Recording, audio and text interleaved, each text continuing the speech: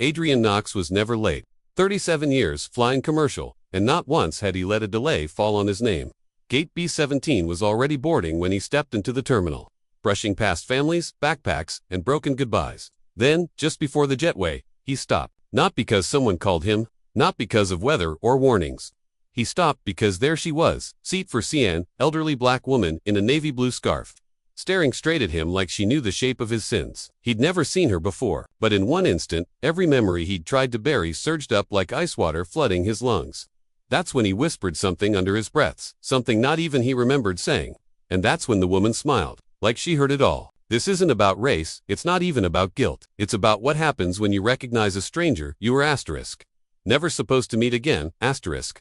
The flight was smooth at first. Adrian barely made eye contact, instructing the attendants like a man pretending the storm outside wasn't following him inside. But seat for C remained still. No drinks, no headphones, no sleep, just eyes watching. Somewhere between Denver and Nashville, turbulence hit, not in the air, but in the mind. Passengers began whispering about a man in the bathroom too long. A toddler began crying, not wailing, but repeating something. He knows the name. He knows the name. His mother swore no one had ever told her son that phrase. But when asked who he meant, the child simply pointed to the cockpit. At 37,000 feet, reality bends slowly. Something began to ripple. First, the flight attendant closest to seat 4C vanished, not walked away. Gone. No sound, no movement, just her scarf left on the seat arm. Adrian was told. He walked out of the cockpit for the first time in years, mid-flight, and when he reached the woman, he didn't ask for her name, he grabbed her arm. That's when it happened. The cockpit door slammed behind him asterisk, locked asterisk even, though no one touched it. The intercom began to crackle, but no one spoke. Then, Adrian froze. Not in fear, not in anger. In a kind of silence only truth brings. He looked at the woman like someone realizing they'd been walking backwards their whole life. He fell to his knees. Because what she whispered wasn't a threat, it was a date. And that date was tomorrow. But she said it like it had already happened. And when the air marshal tried to approach her, he collapsed, his pulse stopped because in her hand was his baby photo. No one ever found seat for C when the plane landed, but they all remember the same thing. Her voice calm, final, saying something that still won't leave their heads. Asterisk, ask him why he took the boy in '89. Only one person on that flight even knew asterisk what she meant, but he hasn't spoken since. Because when he went home, his front door was already open, and someone was sitting at the table. Someone who'd been buried, with that same scarf folded neatly in their lap. Adrian didn't scream. That's what made it worse. He just stood there in the doorway, watching the figure at his kitchen table. The same chipped ceramic mug from his flight bag sat steaming in front of her like she had been waiting a long, long time. The navy blue scarf was folded neatly across her lap, the way his mother used to fold the church bulletin. Adrian didn't move. His keys slipped from his hand but didn't make a sound when they hit the floor. Sound, in fact, felt off, muted, like the world had stuffed cotton in its ears. The shadows in the room didn't fall right. The corners of the kitchen weren't where he left them. Everything looked like home, but it felt rehearsed, like a stage dressed just well enough to fool the eye, but not the body.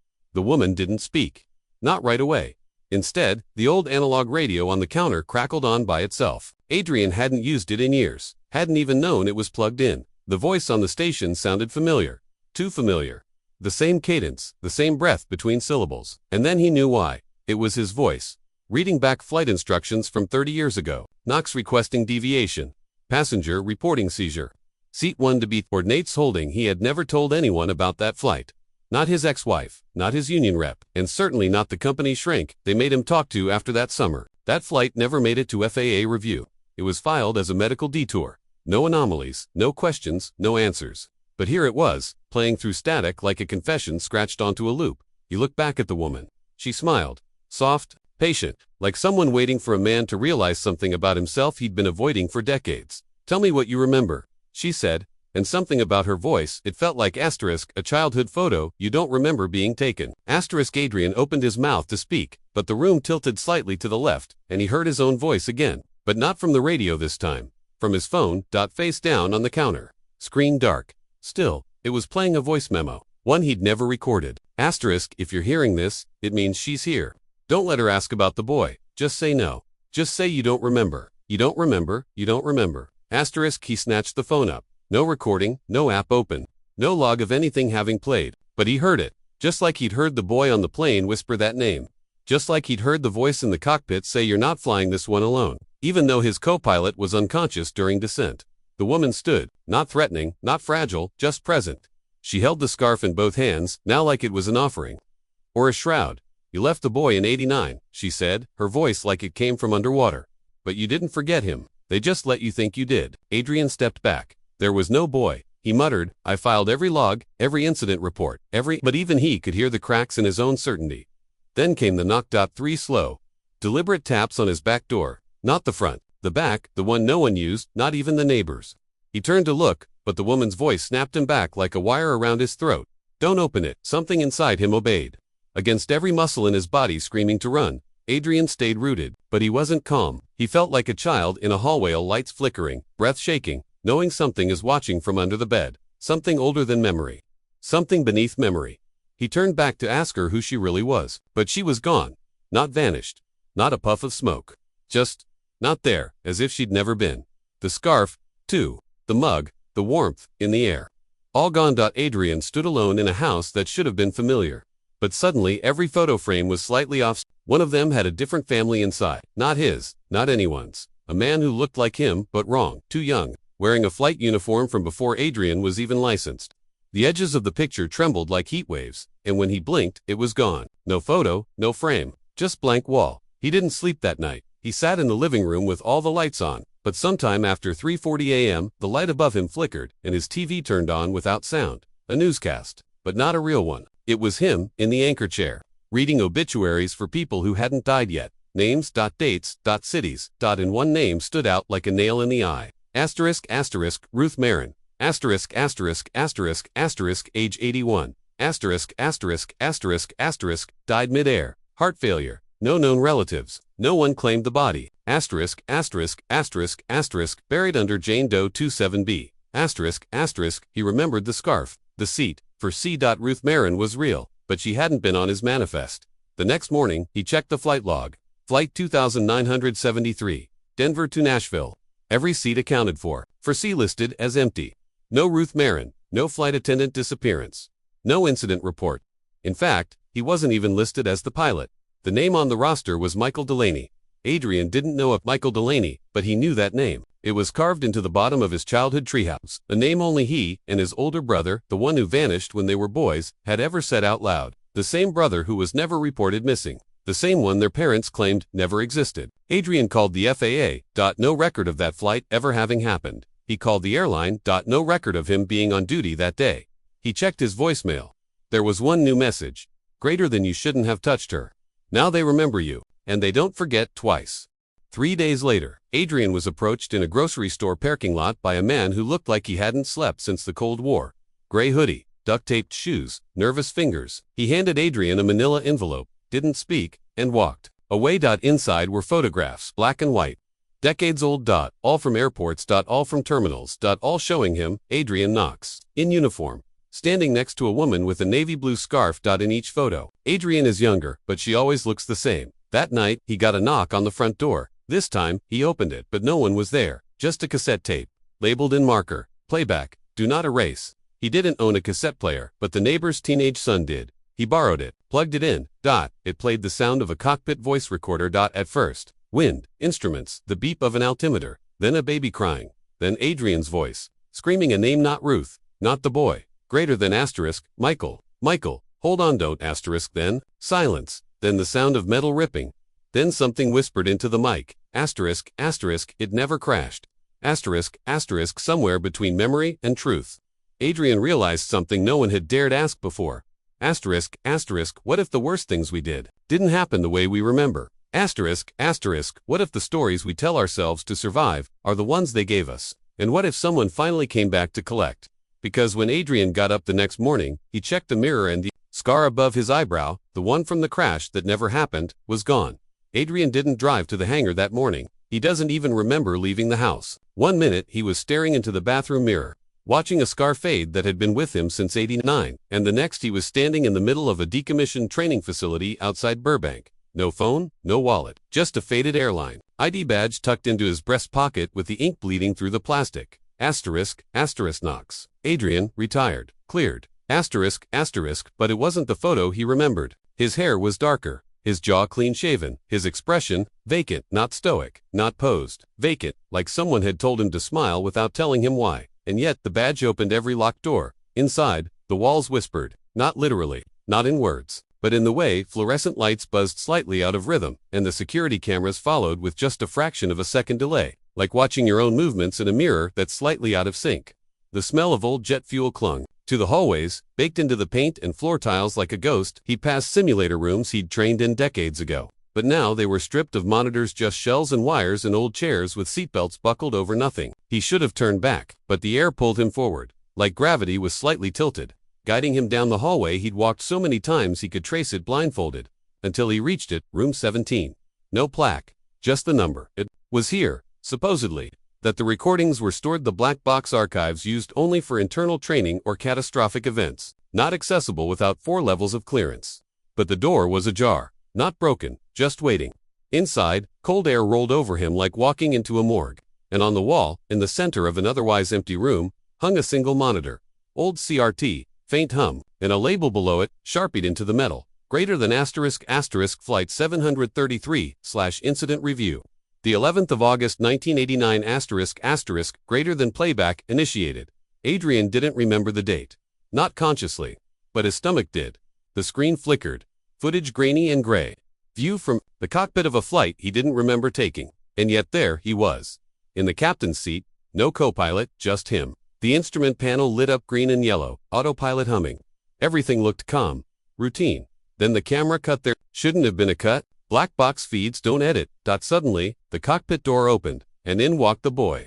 7, maybe 8, thin pale eyes, too wide, too dark. His hands clutched something what looked like a toy airplane made from popsicle sticks and string. Adrian's voice came through the monitor. Greater than *, you're not supposed to be here. But the boy didn't answer, just stepped forward, eyes locked on the instrument panel, as though remembering it from somewhere he had never been. And then the boy said, greater than *, you promised you'd take me home. The screen stuttered, a glitch in the feed. Like the tape itself was rejecting what came next. Then a flash too fast to catch, but unmistakably a frame of another flight. One with no pilot, no boy, just a sky rolling black, and a woman screaming from a seat that had no belt. The feed returned. Adrian stood, hand on the boy's shoulder. He was smiling, but the smile looked wrong. Too wide, too calm, like a man finally handing something back he thought he'd lost. Or stolen. Then, ***, cut to static. ***, loop restarts. ***, same boy, same words. ***, you promised you'd take me home. Again, and again, Adrian backed away, heart thudding, his pulse a freight train in his ears. But the loop kept playing. He stumbled out into the hallway, only to find the lights now flickering, in reverse pattern, that hallway that had once led toward clarity. Now bent slightly to the left, Aganin became narrower. The air changed. Something deeper was breathing in that facility. That's when he met Cora. She stood at the end of the hall, half in shadow, half in something else. A researcher, or ex-staff, or so she said. Blonde hair, frayed. Glasses, crooked hands trembling just enough to look honest. She told him she had seen it. Toothaboy said she used to work maintenance during the early years, when Flight 733 was still a real aircraft in the system. Cora spoke quickly. The way people do when they don't want to be asked questions. She had files. She had logs. She had a theory.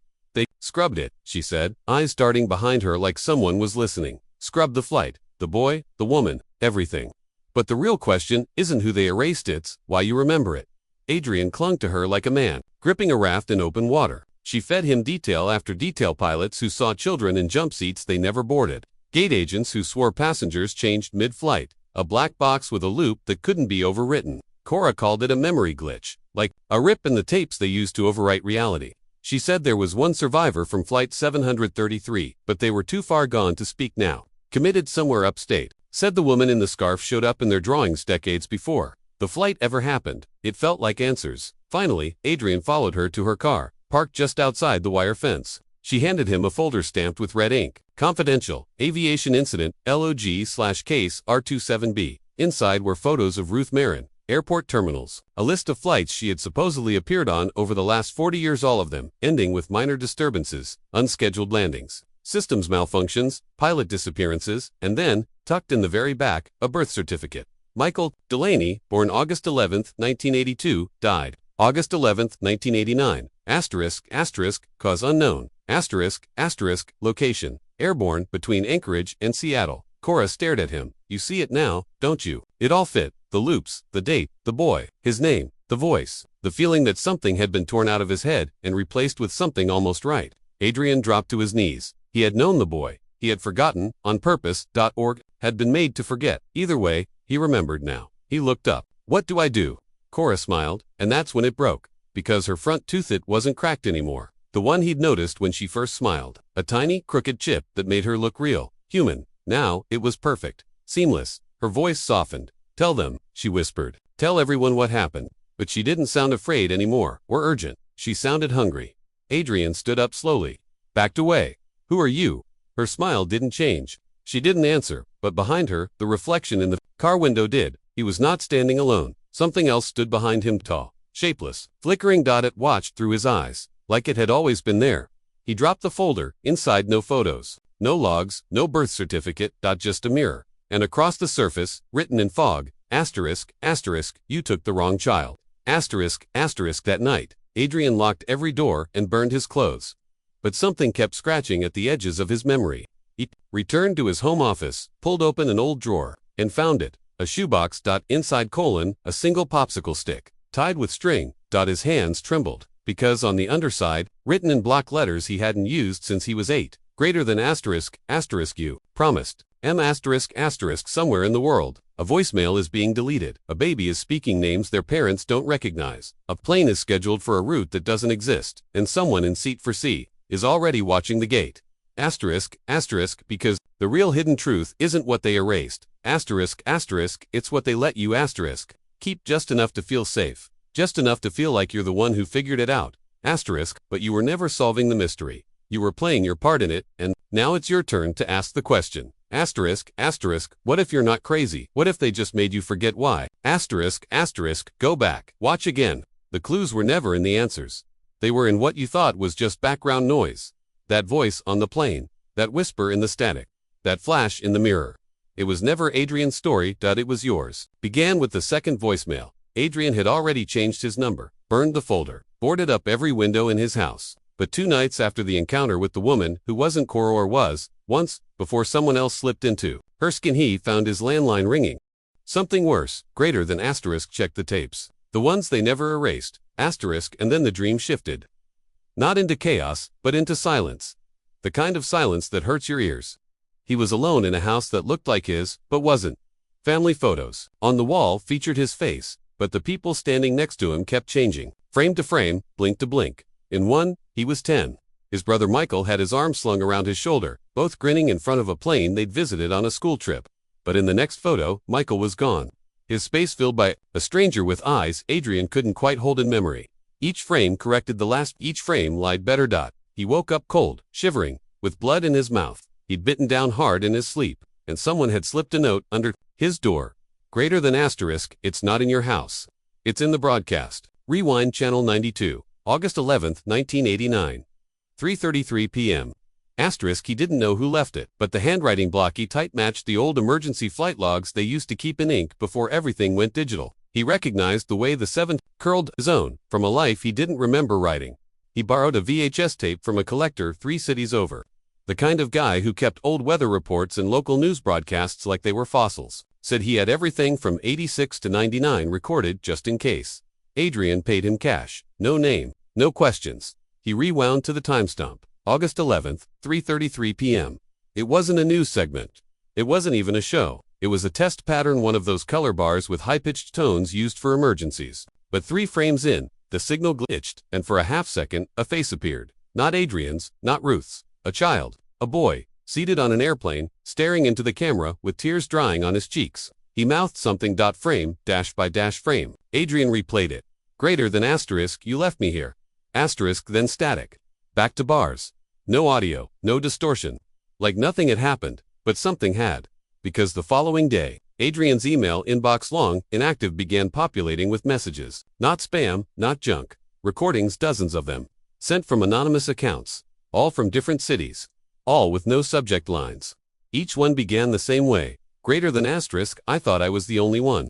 Asterisk, a woman from Vermont describing a dream she had every year on the same date, walking down the aisle of a plane that was slowly forgetting itself, rows collapsing into shadows, faces blurring, and always someone in seat for C watching her. a former air traffic controller in Texas, who claimed he saw a blip on the radar in 1989 that looped over Denver for 27 hours without ever landing or disappearing. The FAA forced him to take medical leave. He was never rehired. He never flew again. A teenager from Oregon who swore he was born on August 11, 2007.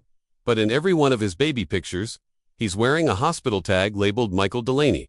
They were watching. Adrian realized, not him, specifically, but the story, the ripples, the loop. Others had seen the symbols on bathroom tiles, in frost patterns on their windshields, in the static of old CRTs left running too long. A perfect square containing a circle, asterisk, always, spinning counter-clockwise. Asterisk, they'd seen it on planes, in dreams, etched into the back of forgotten photos. Some had drawn it without knowing why. Some had carved it into furniture as kids and forgotten they ever had. These weren't isolated incidents. They were syncs. Proof that the memory glitch wasn't a flaw. It was a program. And it was working. Then came the broadcast. A local news report resurfaced online from 1993. Found footage from 20 years ago now, trending on deep conspiracy forums. In it, a reporter covers a missing persons case at the Burbank airport. The man's face, Adrian Knox, except he hadn't been missing. He was working, living, flying. He remembered those years. Except this report aired the same week Adrian passed his first psych eval after returning to duty. The unsettling part, the reporter stares into the camera at the very end, leans forward slightly, and says something not in the script, greater than if you're watching this. You were right all along. You saw the mark. You passed through seat for seat. They won't erase you now. They'll use you. The community began calling them echoes. Individuals scattered across the country who'd experienced what they believed were false memories. Time loops, shared dreams, or altered records that suggested the official narrative of something had been rewritten, not erased, just redirected. The echoes couldn't sleep during certain moon cycles. They couldn't fly on planes where seat for C was unoccupied. They reported random high-pitched tones from household electronics unrecordable, but deeply felt, like nausea that hums. Adrian began connecting the dots. But that's when the third perspective emerged. He went by James Lay Tweetmore, former audio engineer who once decoded scrambled black box feeds for the military. He'd been watching Adrian, not stalking, observing, through frequencies. Slate claimed that the symbols weren't just visual, they were sound, that certain tones could rewrite short-term memory and trigger behavioral resets during trauma. He played Adrian a tone. Long, low, mechanical. And when it ended, Adrian vomited and passed out. When he came to, the mark on his palm was larger. Slate told him one thing before disappearing. Greater than this isn't about what you remember. It's about what's remembering you. That night, Adrian reviewed every photo he had of his past. But in one picture, buried in a childhood album, he noticed a detail no one ever caught. A woman, in the background. Standing beside a plane, scarf wrapped tight around her neck, watching him as a child. Long before Flight 733. Long before he ever flew. Somewhere, a new voicemail is recording itself. Somewhere, a child is dreaming of a gate in the sky that no longer opens. Somewhere, a broadcast is preparing to air one that shouldn't exist. You weren't crazy, you were, right all along. And now that you know what to look for, you'll start seeing it. The mark, the face, the seat, and maybe, just maybe, you'll realize. It's not Adrian they were following. It was you. No resolution. No final flight. Just a question. Asterisk, asterisk, when was the last time you sat in seat for C?